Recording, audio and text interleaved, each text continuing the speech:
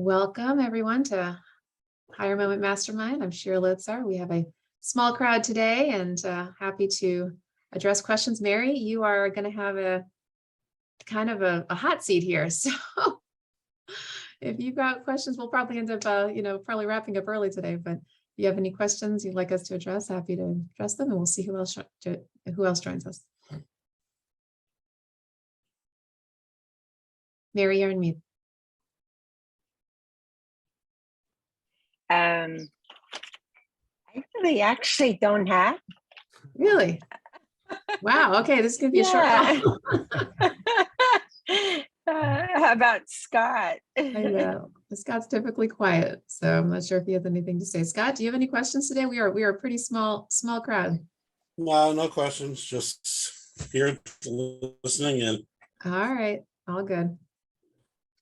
Well, I can ask some then. Well, actually, I'll share an encouraging story if that's helpful. Oh yeah. About salary negotiations. So I have a coaching client I'm working with, a woman who used to be an editor back in the 90s and had to take like a 17-year break to raise her kids, came back in the workforce and ended up getting a low level, like a $50,000 job, like a low level communications position.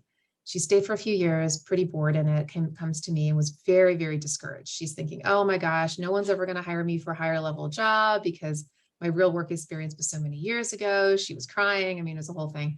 So I encouraged her and, we worked on her resume and her LinkedIn and all that stuff. Anyway, she ends up interviewing for an editor job with an association, similar kind of work that she had done actually in the 90s.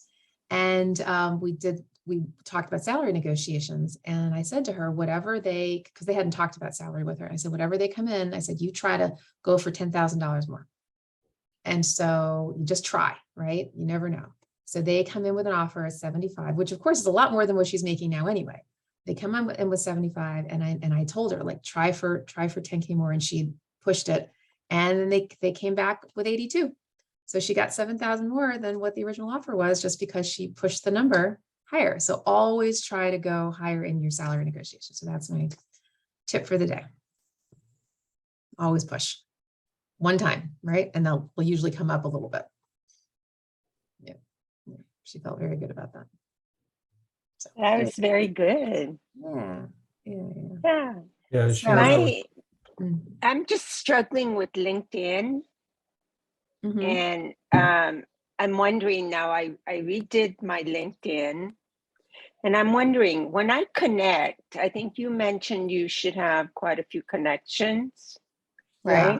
Yeah. When I connect with LinkedIn, my first thought is connect with people in companies that you want to be possibly interviewing with. Connect with, instead of connecting with like all these other people. Mm-hmm. How do you, okay, so I'm looking for a job. Why would I connect with a whole lot of, I can't describe what I'm trying to say, but I think let me try to reframe it for you. You're trying to figure out how narrow your LinkedIn connection should be, how focused they should be. So there's couple ways to look at this. On the one hand, you're right.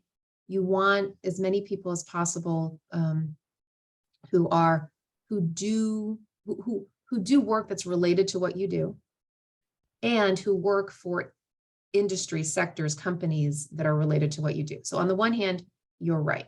Okay.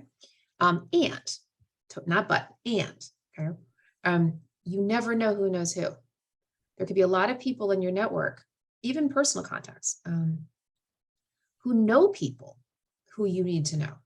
That's the power of LinkedIn, because LinkedIn is not just about who the connection is, it's who the connection knows and who they know. First level, second level, third level. Okay. So I know people who maybe have nothing to do with what I do, and yet they have known people who needed to work with me and they referred. Understand? So same thing with you. So you could have colleagues out there who are connected to people who are in the sector or who work for companies that you want to work for. So I always encourage people to expand they're thinking about LinkedIn connections, just go broad, not narrow, go broad. I'm not saying you have to have 30,000 connections, but you definitely want to think about being more flexible because of the who knows who. Is that helpful?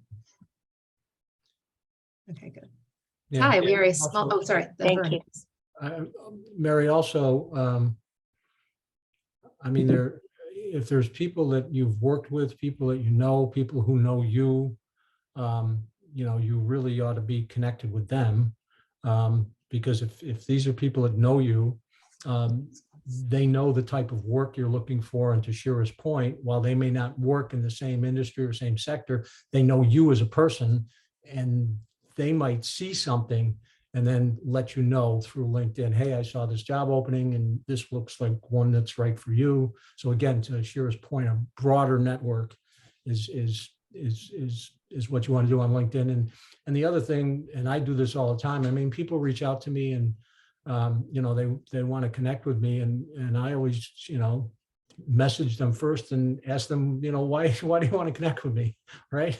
I mean, you can be connected with thousands of people on LinkedIn and never have talked to them or never know them because people just click buttons. So you want to have at least some idea of who this person is and what they do and so forth and so on. Yeah. Yeah, if absolutely. Thank you. Yeah. Thank you, guys. You're welcome. Yep, you're welcome. All right, Ty or Sandra, do you have any questions? I do have a question about LinkedIn. Is there any place on LinkedIn where you can note how you know the person? Because after your connections accumulate, you'll see people in there, and then you'll go back and say, "Oh, how did I connect with that person?" Yeah. Is there any place at all? I think that's. No. Mm-mm.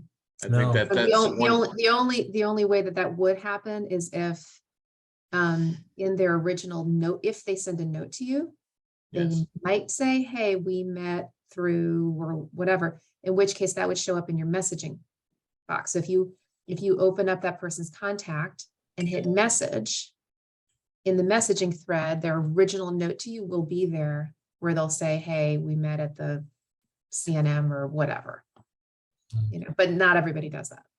So basically, it goes back to my networking spreadsheet in my column. How I know them, I guess, is probably the best place to store that information. Yep. Yeah. Yeah. Yep, absolutely. Sandra or Tabby, any questions?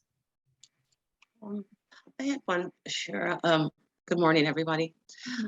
This is regarding on LinkedIn. There's the I've had a couple people tell me that they weren't able to send me. I think it had to do with the privacy settings. They weren't able to ask me if I wanted to connect on LinkedIn. So I don't know. They weren't able to. They didn't see the connect button for you. Well, like one person said, hey, your account is so locked down. It was a hard time connecting to you. So he ended up sending. So I connected to him, which is fine, but I'm not articulating. Oh, are other people have other people been able to send you invitations? Yes and no. So what I did, and this was weeks ago, so I went back in just to make sure that I don't have any privacy things. So yeah, but I don't know if there was a way that I could check or not. Well, I haven't heard of I've that never particular problem. Because yeah, I'm connected to you and Ty. But I mean, are you receiving invitations from people? Not a whole lot. I'm trying to think when's the last time I had received a request to connect. Not a whole lot. And we're connected to you, Sandra? Yes, you and I are connected. Yes. And Vern, are you connected to Sandra? I don't believe so. Why don't you try, Vern? Why don't you try connecting to her? All right. Yeah. I'm looking here. I'm not seeing anything says anything about You are talent acquisition, recruitment, talent strategy, human resources. Yes. And it should have my Oh, here we go. So here, okay. You have it that you need an email. I just found the place where you're going to want to look, Sandra. Okay. Okay, so go into settings and privacy. You know where that is, right? Mm-hmm. Okay, go into communications. Okay, and I'm sorry, I'm not signed. Okay, go into communications. And then it says who can reach you, and then click on invitations to connect. And default is everyone on LinkedIn, but it sounds like you have one of these other two buttons. Okay, so I'm That's on number my, 2. okay, It's so asking for email address. right, I'm sorry, I had just logged in. Okay, Okay. and I'm sorry, Sherry. Settings and privacy, you know where that is? In the upper right corner? All right, upper right. All right, so you're gonna go on your home page.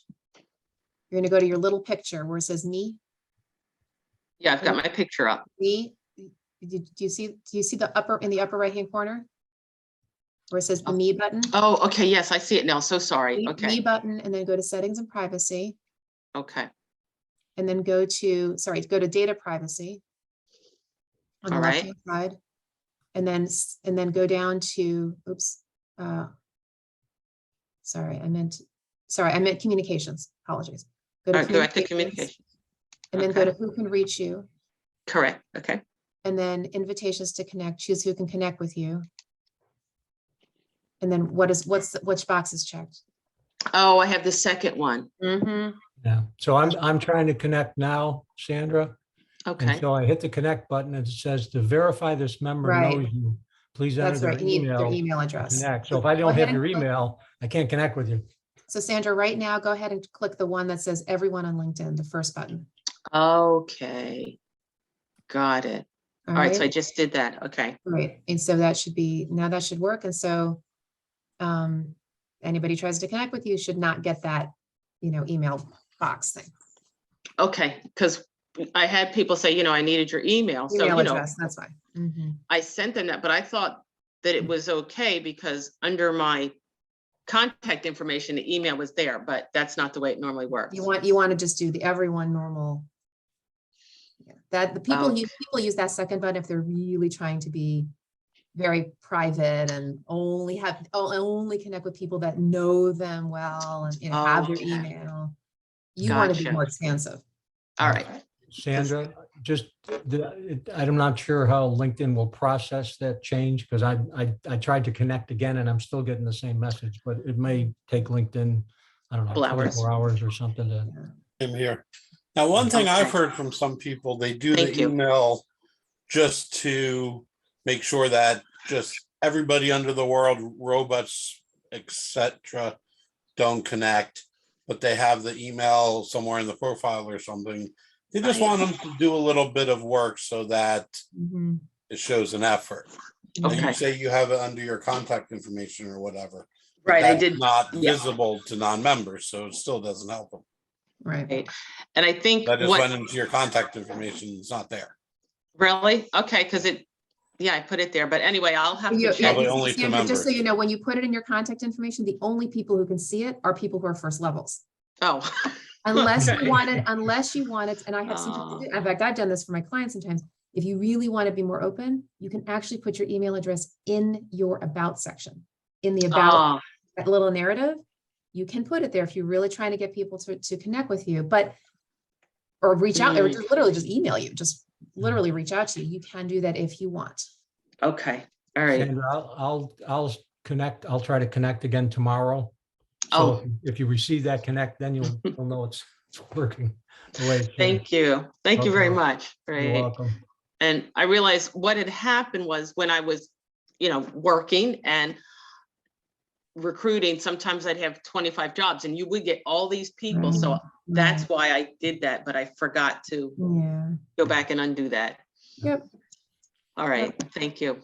You're welcome. Tabi? Yeah, so I had a question for Ty about what he was talking about before. So do you have a list of all your contacts somewhere, Ty? Did you say you had a running list? Yeah, I can send you a copy of my spreadsheet and maybe Oh, Vernon. you have a Vernon- spreadsheet to keep Yeah, keep an track of Excel contacts and where you met them? Yeah, Excel spreadsheet that'll list the contact name, their information, where I met them at, if I sent them an invitation to connect, when I sent it, if I had the meeting, if I sent a thank you note after the meeting, and maybe Vernon and Cher can chime in on this since they're the experts. So do you have some sort of like method, like some notation, like I haven't talked to this person in a while, maybe I should reconnect to this person? I do have a comment section, but I will list on there the last contact. When was the last time I connected with them, and make some notes, because as you develop your network, people are going to say, well, keep me up to date on where you're at in your search. Mhm. So you want to know the last time you contacted them. Yeah, and another important point about that is when you have a networking meeting with someone and you tell them what you're looking for and stuff, at that point in time, you're top of mind. If they don't hear from you for 30 to 60 days, don't take it, don't take no offense to it, but we're all busy. We forget things. And so it is good to, people that you've talked to and every 30 days or something like that, just make sure you're staying in touch with those people that you've talked to about your job search, and giving them, just if it's nothing more than giving them an update. Right. That's right. Or sending them something, that's the way to be a go-giver. Yeah. Think of them. Seriously, proactively think of the people in your network. You see an article, you meet somebody who you think would be a great connection for them. Make the introduction, send them the article. You heard a podcast. Hey, I was just thinking of you. You saw a job opening, whatever. Think of people. Just always have that sort of connector mindset. Like Vern and I are connectors. This is part of why we do what we do. It's just a natural gifting that we have. We want to impart that gift to you. We can't help it. We just naturally think that way. Most people don't. It's just, we all have superpowers, right? We want all of you to become better connectors and think of other people, because that's how the world happens, right? Like, think of all the amazing things that have happened in your life through other people. They've helped you, right? And you've helped them. Yeah. You want to be a giver. You want to pay it forward, whatever phrase you want to use, but be thoughtful as you're going through your life. This thing that I just saw, how can that be beneficial to somebody? That's why when you do have a meeting with someone about your job search and you're telling them about yourself and your job search, just remember to spend a few minutes, how are you, what's going on in your life, and whatever information you can get, keep that in mind. As Shira said, one end of the spectrum, what Ty is doing is a very, very, useful tool, trust me.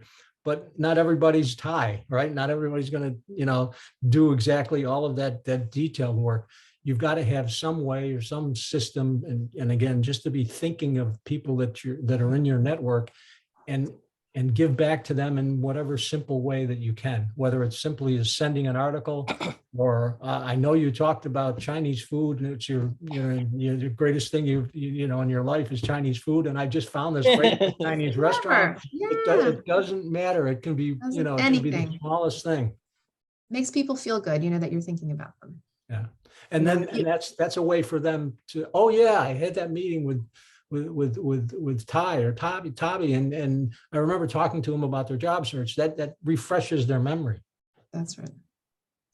I saw a job posting last week for somebody who's a regular attendee of our group, and I'm like, just hit forward. I'm like, hey, thought you'd be interested. Like whatever. Just think of people. And you can also say you like Chinese food. Maybe you join a meetup group or a Facebook page or something that you can develop, expand your network. Yep. And also those in-person meetings that you have on these meetings.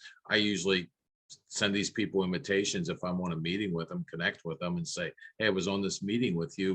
Would you like to connect? And maybe down the road, maybe a week or a couple of days later, I'll ask them, hey, do you have 15 minutes? And we can talk about my journey and how I can help you. Yeah, you never know who knows people. Just don't. I guess one easy way that I thought for me to build connections was I started commenting on these job seeker posts by a lot of the influential people like on LinkedIn have job seeker days where they post like postings for job seekers, what they're looking for. And I think they're connected to a lot of recruiters, and if the recruiter has a need, then they might comment. Like Dan Roth, Jonathan D. Lee, people like that. But I always say that I'm open to connect with whoever. So by the way, speaking of, it's interesting we're on this topic. Just the other day, one of my coaching clients did that to me on this topic. She saw, I'm going to show it to you in a second. She saw a post from a thought leader who is a LinkedIn expert who teaches people how to use LinkedIn. Okay. And my client thought of me because, I'm a trainer too. So she's like, oh, hey, Shira, here's another guy who's, got all these great tips on LinkedIn networking. Thought you'd be interested. And she's right, because this is some really good stuff that this person posted. I'm going to share it with you. Okay. So go to this person's profile, Austin Belkak, Belcak. Okay. And you should see this on his post. And so let me see here. All right. So there's a whole, he has like 7 different slides here. Okay. So it's all about how to powerful ways to use LinkedIn that no one's told you about. And this has to do with downloading your first connections. Okay. So LinkedIn will send you a list of your first connections, and it shares with you how to do this. He talks about finding content creators. I'm not going to like explain all of this. I'm just going to have you guys go read it, but finding content creators, how to find career changers, see who's hiring managers who post roles. He has a whole like string here. Do cultural research, with ex-employees who can talk about the culture, how to find salaries in Colorado. The reason is that Colorado now has a law where you have to post, if you're an employer, you have to post the salaries for the job. So because a lot of people are remote now, if you're ever looking for a job in Colorado, he talks about how to do that. Anyway, he says you can follow him on LinkedIn. So I would highly recommend that you all do that. So here's him, Austin.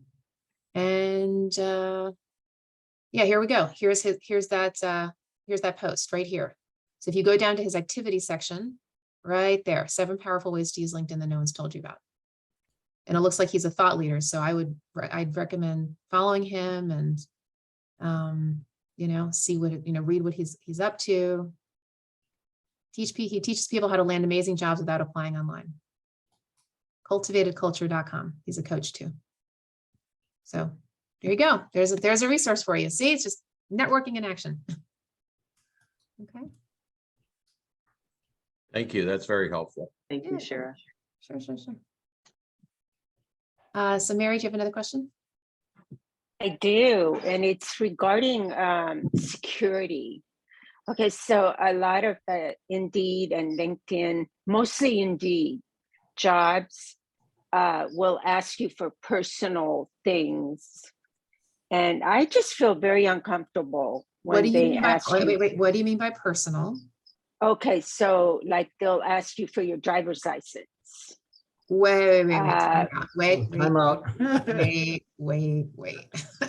At what point in Driver's this process license are they number. asking for your driver's license? And what, It's like like I used to be a professional driver, and I do a lot of gig stuff prior to my career. I did 20 years of sales in real estate specifically, but after that, the last 7 years, I've been doing a lot of different gig jobs, driving. Okay, so Mary, let me stop you right there. If the role that you're applying for specifically requires a driver's license, like being a driver, fine. They have to know that you know how to drive. Other than that, I do not understand why anybody is asking you for your driver's license at that stage in the process. In fact, I don't at any stage in the process. Yeah. So is it okay to contact the company itself, even though, okay, it's represented by a HR, but Mm. like, like somebody contacted A recruiter, through you mean? them. You mean Yeah, a like a recruiter. third party recruiter? Yeah, then Uh, contact whoever posted the job. That's the person you reach out to. If it's a recruiter, call the recruiter and say, "May I ask why you're asking for a driver's license for those?"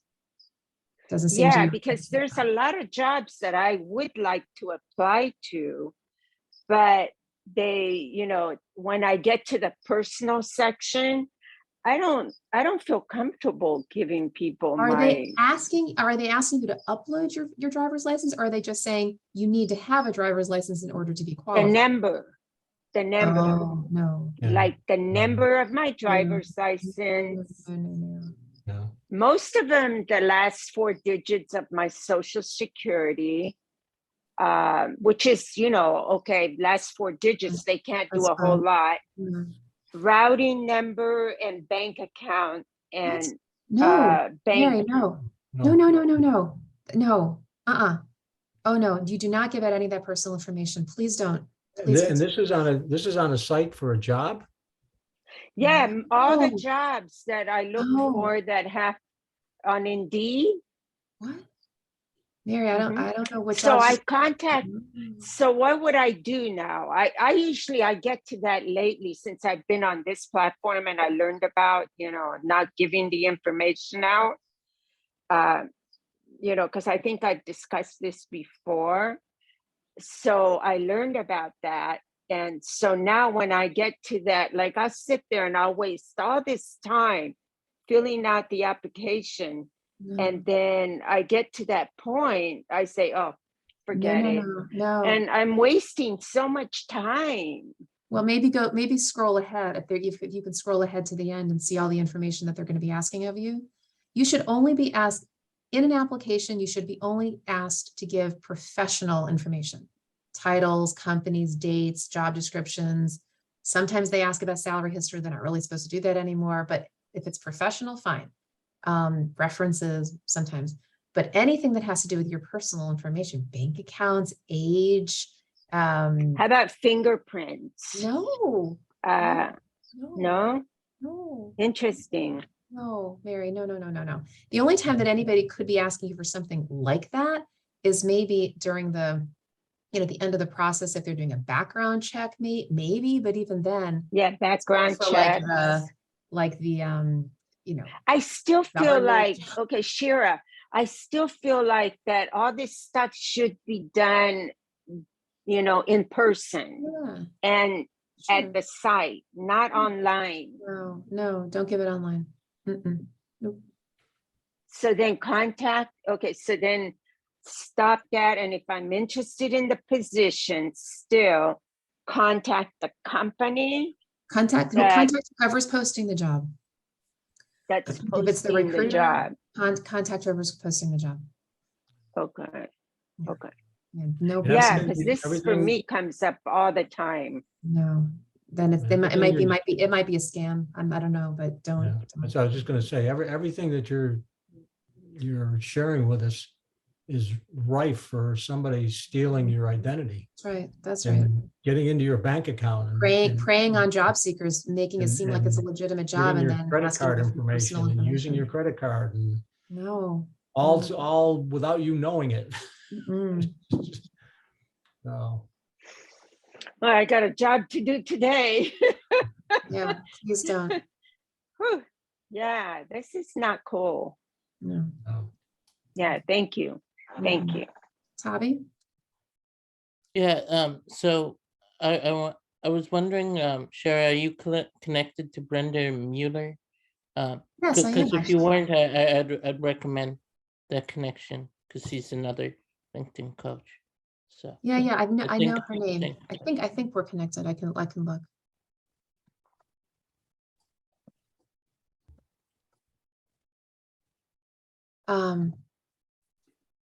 Yeah, I can look that up.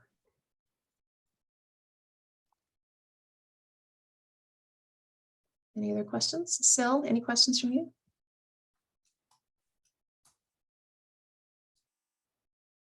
Sil, are you with us?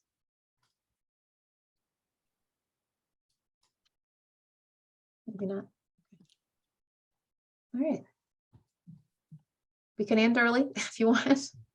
Or are there any topics that you want to talk about other than LinkedIn? Or more about LinkedIn? Oh, Sandra. Yeah, sure. On LinkedIn, you get those emails where it says add, let's say, Ty Smith to your network, and it will say like 10 connections. And then, you go to your profile, to the individual's profile, and you're like, oh, gee, I've never met Ty. What are your thoughts on that? I mean, yeah. Well, it depends on how expansive you want your network to be. Somebody like me, I'm an open networker, so I'm more open to connecting with all kinds of people. If you don't know this person, you don't obviously have to. If they are, but if they're in your world, let's say they're in the HR world, right? Like they're somehow related to you, you may want to consider reaching out. And just saying, hey, looks like we have some mutual connections. We have similar career field. I'm a fellow HR professional. Would you mind connecting? I mean, yeah. Okay. But you don't have to connect just for the sake of connecting. Right. And I was wondering, I guess the question also is, does that request, it comes from LinkedIn, the platform, it doesn't necessarily come from that individual, right? Absolutely does not come from that individual. Please know that. When LinkedIn does those requests, that I'm glad you brought this up. Let me show you what's happening with LinkedIn. So LinkedIn is trying to get you to expand your network as much as possible. And what they do is here in the My Network section, okay, they're going to be suggesting people all over the place. Okay, so they're going to suggest them based on all kinds of things. So based on people I follow, based on people who used to go to my school, based on people with similar roles, all these people. These are not people who've reached out to me. These are people that they are suggesting that I connect with because they're trying to get me to expand my network. The only time it'll be somebody who's recommending to you, okay, is if somebody sends you an invitation.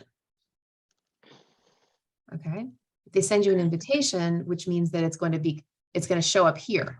Right now, I don't have any, right? But normally be a pending invitation. Gotcha.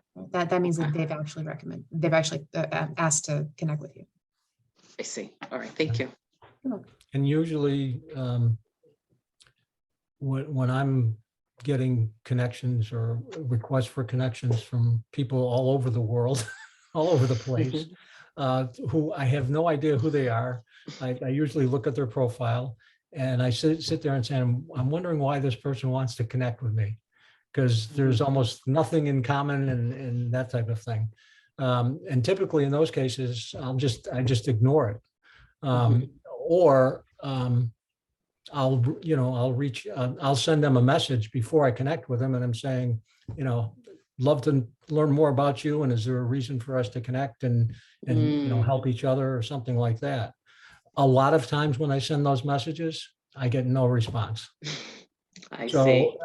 Okay, so they want to connect with me, but they don't want to put enough effort into answer my email to see whether we have anything in common, right? So because they probably did what you just, Sandra. They saw the list to say people you should connect with, and they just hit the connect button. They just did something, yeah. Yeah, not because they're really interested, just because they're just connect. And again, LinkedIn is promoting, have 500 connections plus. They want.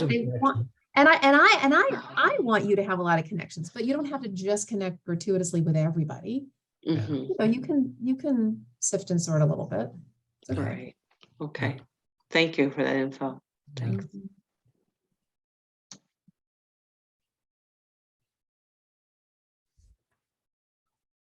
Other questions? Shara, when you were designing your headline, did you look at other coaches' headlines to kind of cater your headline on LinkedIn? Are you asking about me personally, or are you asking a generic question for all of you? No, it's about your LinkedIn. Me personally, like, I don't know whether you're catering towards clients, trying to find clients on LinkedIn. Well, I mean, I have a lot of things, a lot of practice areas that I do. So that's why I crafted mine the way that I did. I put all my different practices, recruiter and coach, executive coach, and all these things, just because I do lots of things. So I just want people to know I do lots of things. That's just,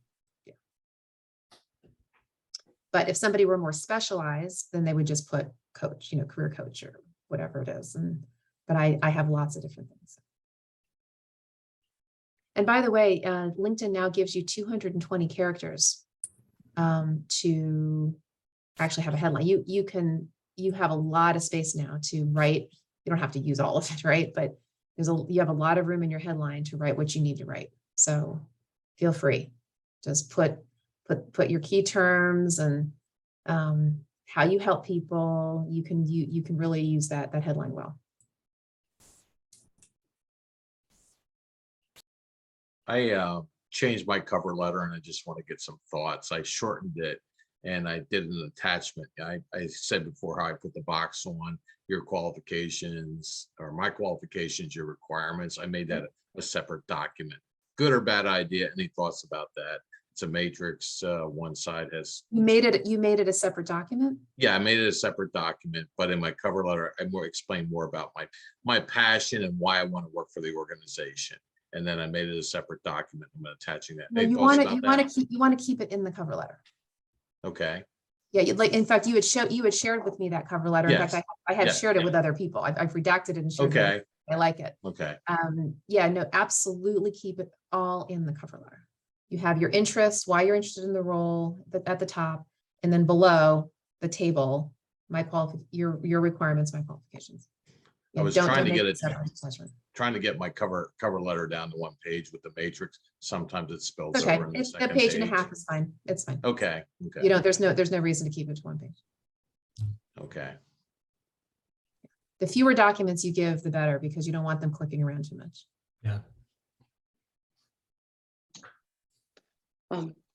Shira, I have a question, and Vern also, and maybe I'm overthinking it when I'm applying to a job. For example, a talent acquisition specialist role, and I will spend, and I know I customize every single resume.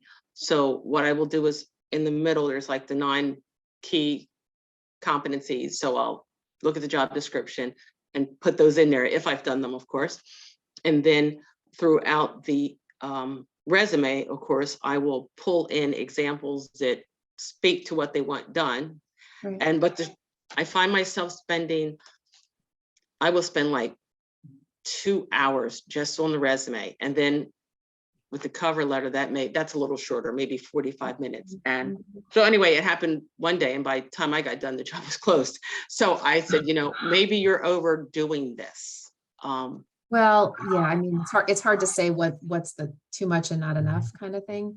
But what I will suggest is this, what makes it a lot easier, a lot quicker, is if you have your resume labeled. So I'll just quickly show you my sample.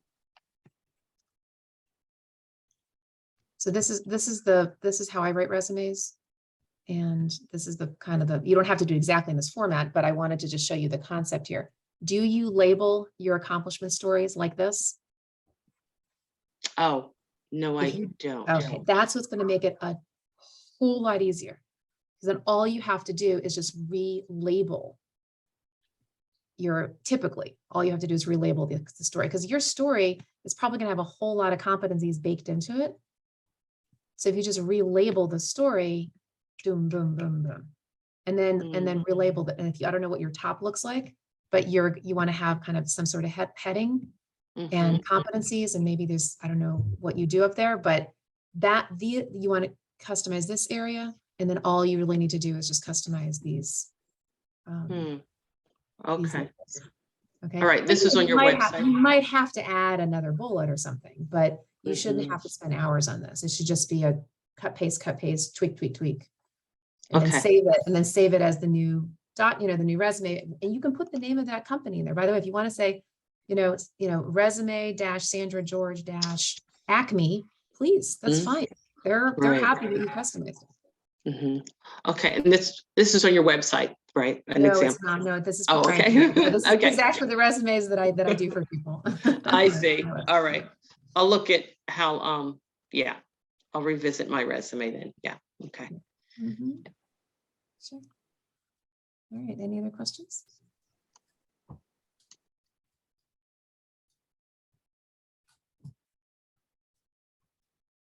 All right. Well, if we are good to go, then we can wrap up early, and look forward to seeing everyone next week. And if you'd like to stay on the prayer call, you are certainly welcome to do that. All right, so we'll end the recording right now. Have a blessed day, everybody.